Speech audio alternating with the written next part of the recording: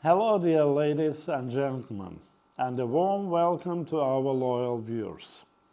You are watching a new edition of our series Line of Contact Current Affairs. Before we begin, let me remind you that this program is brought to you on Press Clubs TV, a platform established through joint initiative of Baku and Yerevan press clubs. Now, I'd like to greet and introduce to our viewers Dr. Markus Ritter, Head of European Union Monitoring Mission in Armenia, and Sarkis Harutyunyan, co-host of the program from Yerevan's studio of Press Club TV. First of all, I'd like to express my appreciation to Mr. Ritter. We are greatly thankful that you have accepted our invitation. Thank you once more. And if I'm not mistaken, this is the first interview given by Dr. Markus Ritter to join the Armenian-Azerbaijani team of journalists. We've had a long list of questions. That's why, without wasting time, we'd like to start our interview. Sarkis, if you don't mind, I want to put a first question. Go ahead, Darcy. Thank you. So, first question. As the saying goes, days crawl, years pass, and time flies. It feels as though it was only yesterday that negotiation took place in Prague regarding to deployment of EU mission to monitor the situation along the conditional Armenia-Azerbaijan border and help maintain peace and security there. So let me remind our audience, Azerbaijan declined to hold the mission on its own territory, but agreed to its short-term presence on the Armenian side of the border. And now we are entering the mission's fourth year of operation in the conflict zone. Much has happened during this period of time. The picture is mixed, with both positives and negatives. On the one hand, the Armenian population has entirely left Karabakh, and the delimitation process has stalled. On the other hand, the border has seen no casualties for 20 months, as steps toward opening regional communications have begun. Mr. Ritter, please comment on this black and white picture. What is the role of the mission in all this, and how is it coping with its stated goals? The floor is yours, Mr. Ritter. Thank you very much. First, let me thank you for giving me the opportunity to talk about the mission also to Azerbaijani media. I really appreciate this. Now let's start with the white part. So last Sunday, we were happy to announce that we did our 7,000 patrol. That means since our launching in February 23, we are permanently patrolling alongside the border between Armenia and Azerbaijan, and also the border to Nakhchivan. The area of Karabakh has never been in our mandate. It's not in our area of operations because it was very clear that internationally recognized it's part of Azerbaijan. And we are only patrolling, as I said, on the border between those two countries. The delimitation and demarcation process is a process that's run between Armenia and Azerbaijan. We are not part of it.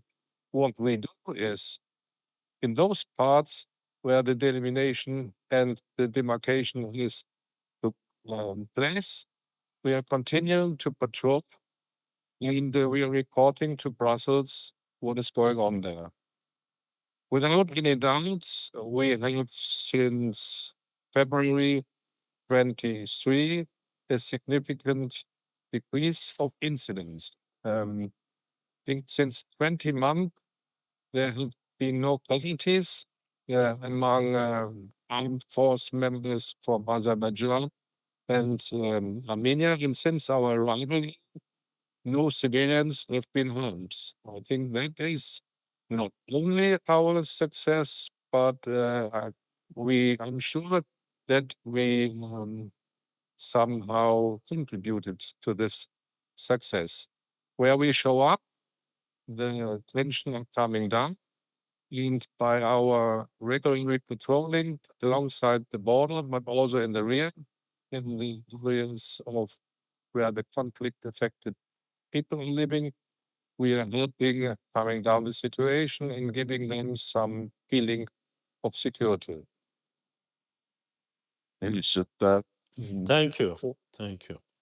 yes, you mentioned about past period. Can you please share us your assessment concerning current situation? What kind of situation we have allowed all the regions between Armenia and Azerbaijan? One more question, please. Even though we have to between Armenia and Azerbaijan, Nakhichevan section, can you assure that Iran can cover low important sections, I mean, border sections between Armenia and Azerbaijan? We have streams of 225. A lot of them, nearly half are monitors who are patrolling alongside this border. We have to cover 1,000 kilometers, including Dakhchevan section. Yeah, we are patrolling alongside the border to Azerbaijan and to Nakhichevan, not the border to Iran and Turkey. We are not covering. So we are doing regular patrols. We cannot be everywhere all the time, but I think that's normal. What we can do is if there are hotspots, if there are areas where things are happening, we can go there more often. But even with this amount of monitors and going regularly on patrol every day, we really get the picture what is going on there. And if I look back the last 3 years, there also have been different phases of the mission, all the different hotspots. So let me start with February 23 with the law mission. You think you can say the first half year was getting into the country, building up the mission. We had 6 forward operating bases from Kabul up to Yerevan to get familiar with the also with the geography, with the mountains, and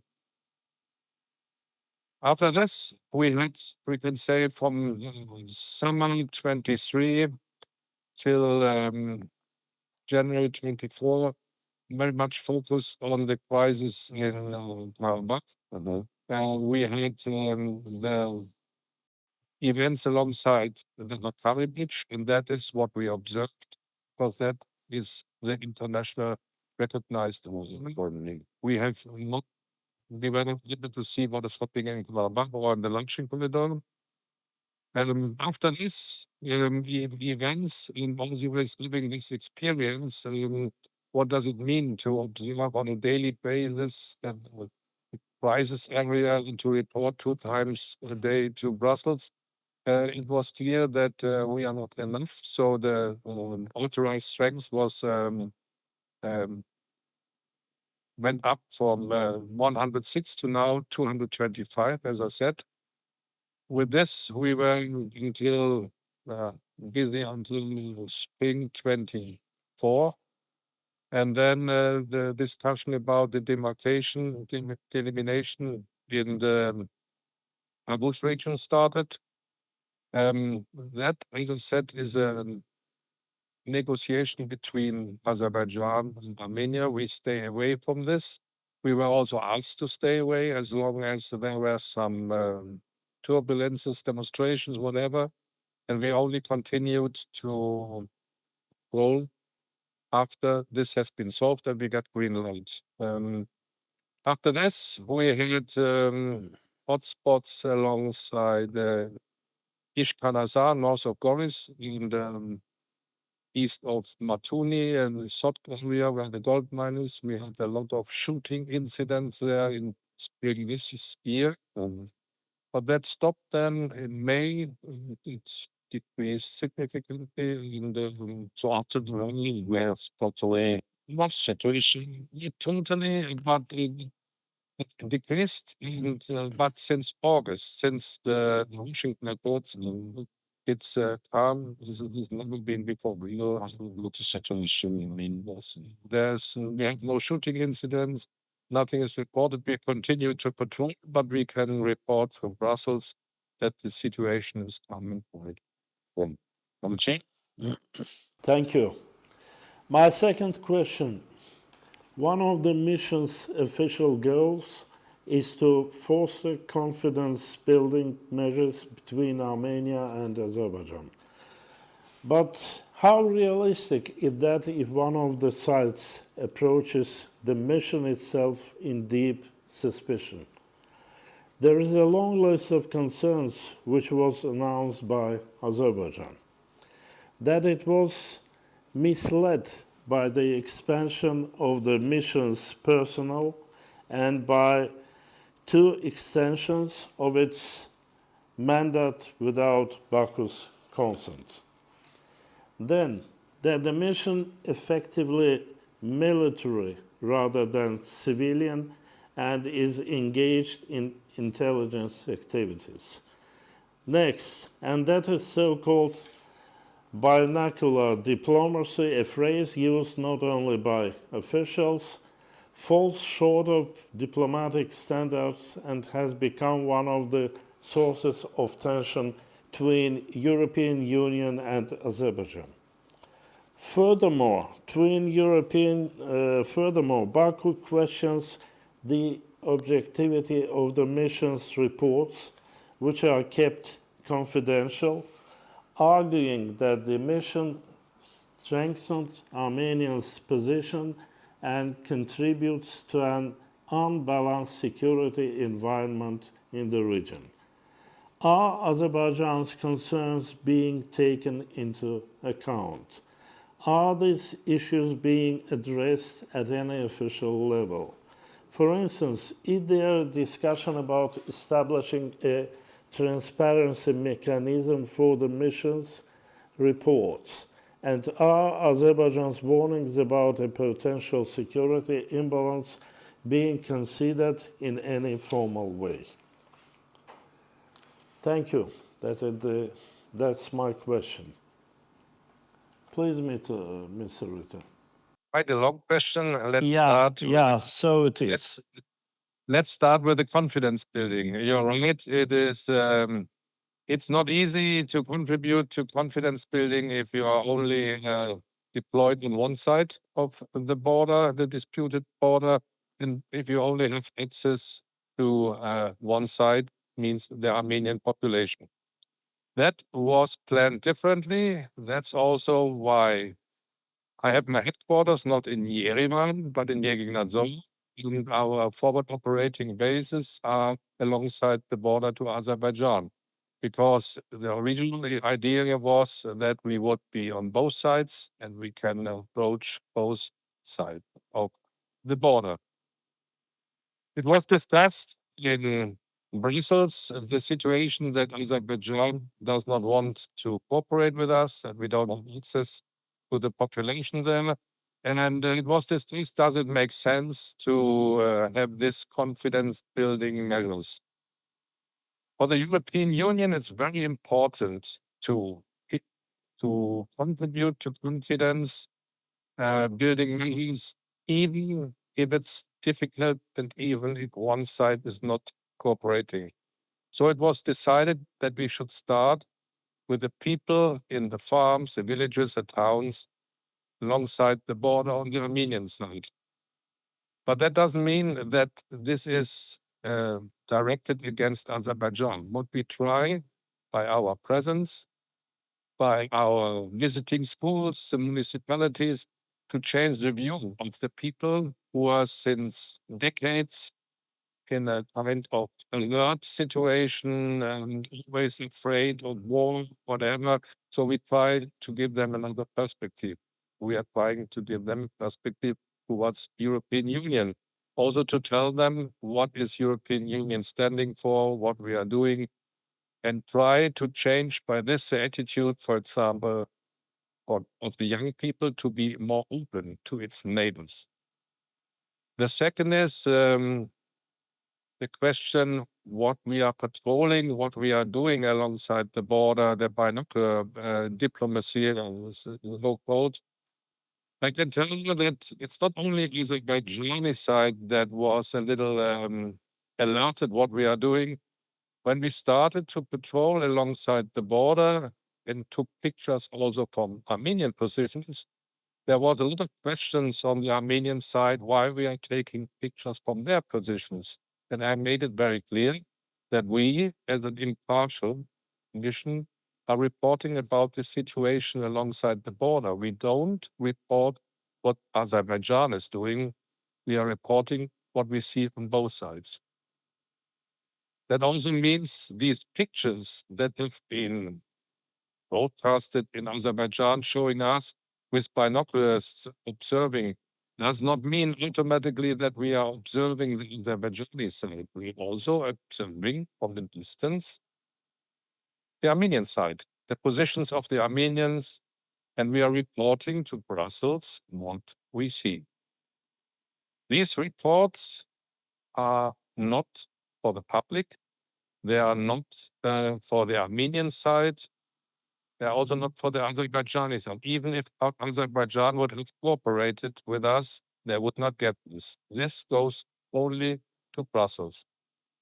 But that also means that we don't make any statements or whatever against one or the other side. We are an impartial unit that reports to Brussels for those who make politics in Brussels and in the member states. What we are not, and I can assure you, we are not an intelligence unit. We are a civilian armed mission. Most of the monitors are police officers, border guards from all over Europe, but also from NGOs, from think tanks, whatever those people are. And what we are doing only with the technical means of binoculars in cameras. We are observing and documenting what's going on at the border, nothing else. We don't share these things with the Armenian side. We have patrols that are escorted by the border guards or by the Armenian military. We ask, but they are not all, only few of them. These escorts we request 1 week in advance in a written manner, with a sheet with a request for the areas. The same sheet of paper goes the same day we are giving this to the Armenian MOD. It goes to the office of the special representative in Brussels, who then forward it to Baku. With this, we ensure that at the same time, both sides have the same knowledge where we are going. All of the rest of the patrols we don't announce to the Armenians. They have no idea where we are going that day. And Azerbaijani also don't have this an idea. And maybe one last point regarding the binocular diplomacy, because it was also always said we bring diplomats to the border and talk badly about Azerbaijan. Or where do you have this knowledge? We don't do this. What we do, we bring diplomats to the border to show them what we are doing, what we are observing. But we also have a lot of visitors coming because they want to see what their contingent that are inside my mission. French, Germans, Italians, whatever, what they are doing. And we are sure that we talk in a quite neutral way about both countries. Yeah. Thank you. Sarkis, please. Yes, part of Azerbaijan is in Russia also was claiming on some of the stories, I think, now in this region, concerning, activities in other regions, Armenia and Azerbaijan, and, so also, if I'm not mistaken, was especially that was in the Russian border last year, okay, meaning created some kind of problems where you limited your full access to border regions. So for me, for example, to Nokia, so that place is again, if I'm not mistaken. So do you feel they say something ongoing right now? And are those instances, I mean, limitation of your accessing to the regions of Armenia, will ending after departure Russian FSB border guards from Armenia? Yes, you're right. We had problems the first year of being here to reach Nakinana. There was a FSB border guard came, and whenever we showed up, even with Armenian escorts, they blocked the road and denied our driving to this area because they say of alleged security reasons. This stopped after they retreated in July 24.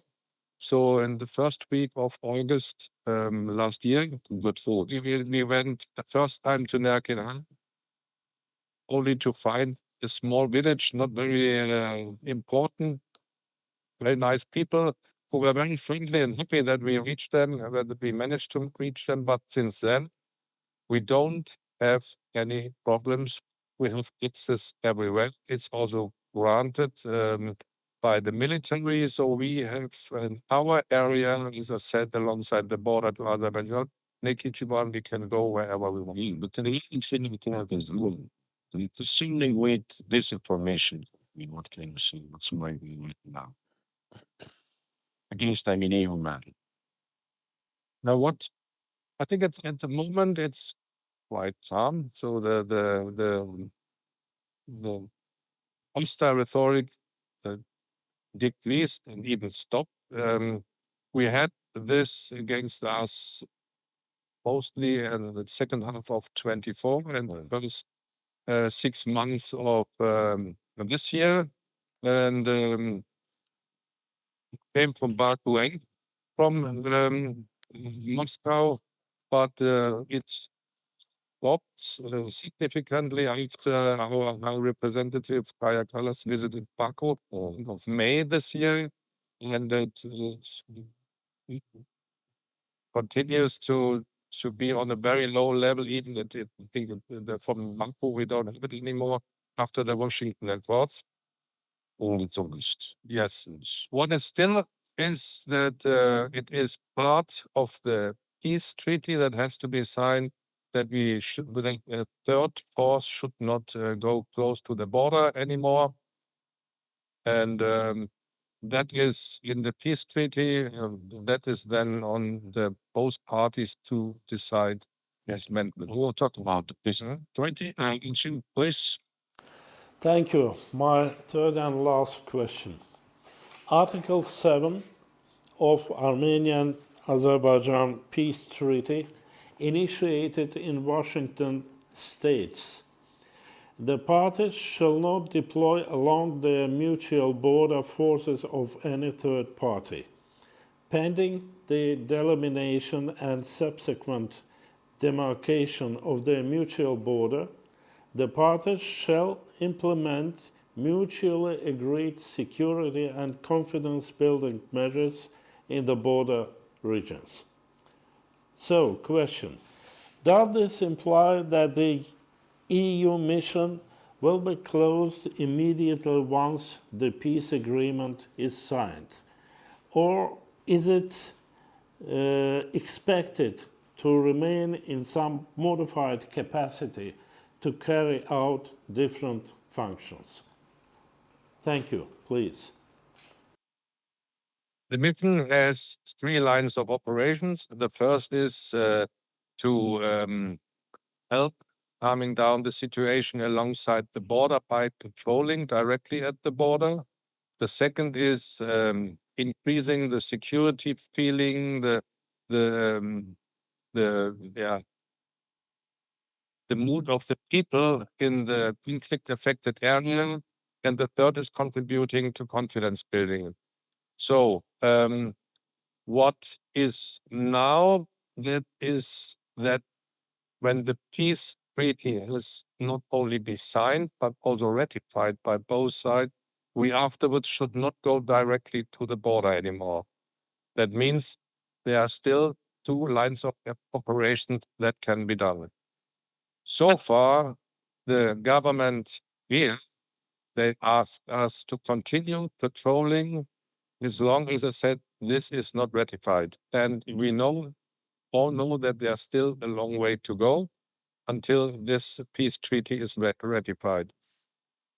We also have been said that the Armenian government wants to have a long-term presence of European Union in this country. That might be in form of humor, but it also can be in a different form.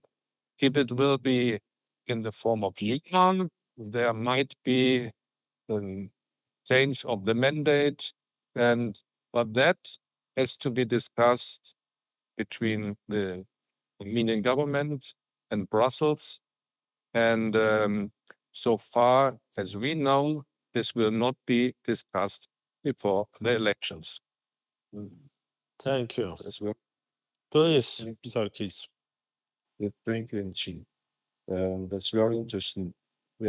As Alcin mentioned, Armenian observers, these treaty messages throughout the regions about it. So at the same time, you touch the possibility of Union's mission discovery.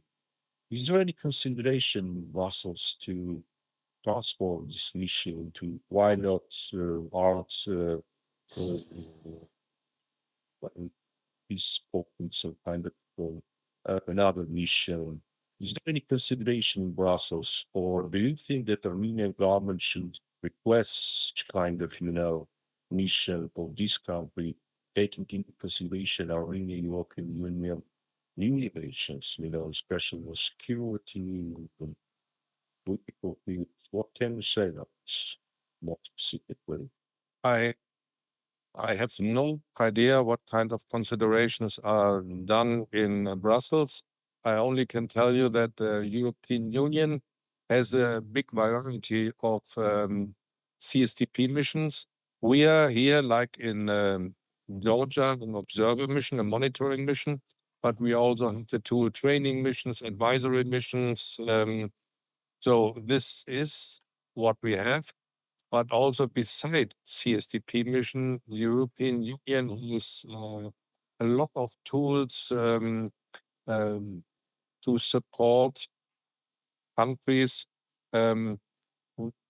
outside the CSTP mission. For example, with Frontex helping countries building up border management, or with the Commission have tools to support by helping people in areas like in the border. So there are a lot of tools that has to be decided in Brussels, but this can only be decided when Armenia will approach Brussels and tell them. Last question, sir. I'm sorry. Can you personally see the possibility continue? I mean, you were mentioning the form. I mean, not necessarily just monitoring other regions of Armenia, but staying here in Armenia, deep in country, and